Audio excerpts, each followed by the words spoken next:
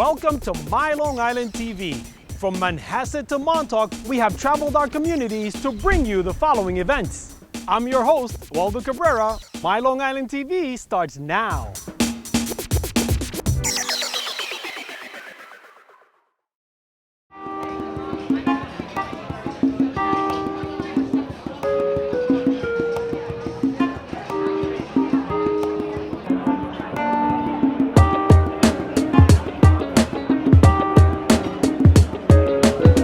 This is a very special night for us. Island Harvest is Long Island's largest hunger relief organization, and tonight we have our big dinner.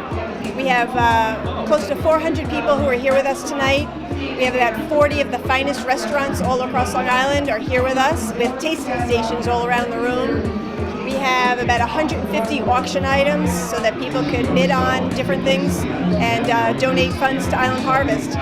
And we're here to celebrate working together to end hunger on Long Island. To be affiliated with a group that does something like that and is so worthy, it's really an honor to be able to do this, and I'm just thrilled that I have the time and the ability to do it.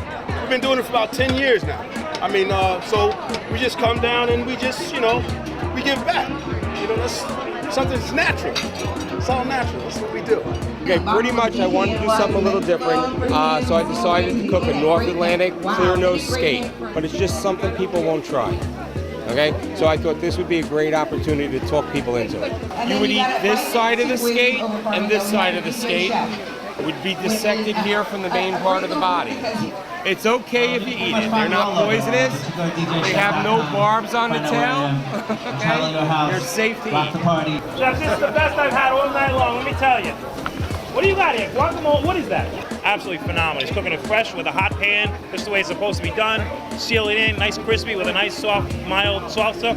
Phenomenal. Island Harvest has always been, if you're in the food industry, it's one of those charities that you want to look after. It's a responsibility that as a culinarian, as a restaurateur, as a chef, as a front of the house manager, it's your responsibility. It's an amazing experience because you get to see how a small core of people who really work for the organization are able to, through the volunteers and through a ripple effect, create an amazing system that really does God's work. My husband came home one day and said he'd been at a 7-Eleven and they were throwing away perfectly delicious and wonderful food, but it was a day old, and he had just driven in from the city and seen people that had signs, "Will work for food." And he said, it's too bad that all that food that's being thrown away couldn't be given to the people that need it, because it's perfectly good. He said, those sandwiches made me hungry, I would eat them. And so all of a sudden I thought, well, gosh, why can't that happen?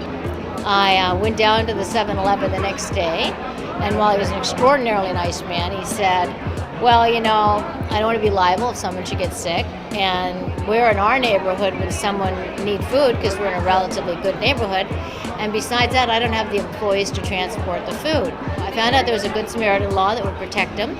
I found out that I would deliver the food, and I went to the health department to find out how to do it safely, and I found out there was a domestic violence shelter really close, which I had had no clue about before, and I just went back to him and told him everything, and he said, okay, pick up on Friday.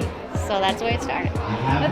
If I hadn't started Island Harvest, I never would have met the most wonderful people in the world, because all I had to do was say, gosh, there's all these hungry people, and there's this food that needs picking up, and everybody said, where should I go? Let me roll up my sleeves, how can I help?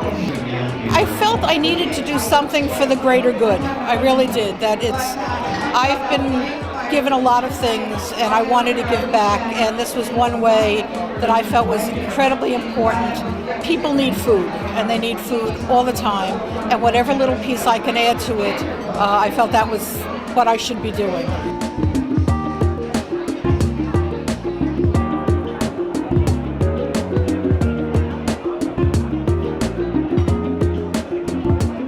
When you deliver a meal to somebody and they say, God bless you, even if you're not religious, it goes real deep because you've done something that's really, really important.